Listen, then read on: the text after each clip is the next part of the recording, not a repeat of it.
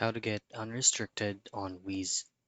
Now in this video, I'm going to show you troubleshooting steps for you to be able to fix this kind of issue on Wizz. Now first things first, there's actually a lot of factors why your account being banned or being unrestricted. But if your account was just suddenly got being unrestricted or being banned without doing anything wrong with their community guidelines, then what you can go ahead and try is log in into other device. You can try to download via Apple Store if you're using iOS, or you can try using Google Play if you're using Android. Now, if the attempt was not successful, then what you can go ahead and try is go back into their official site and click this button here that says Contact Us.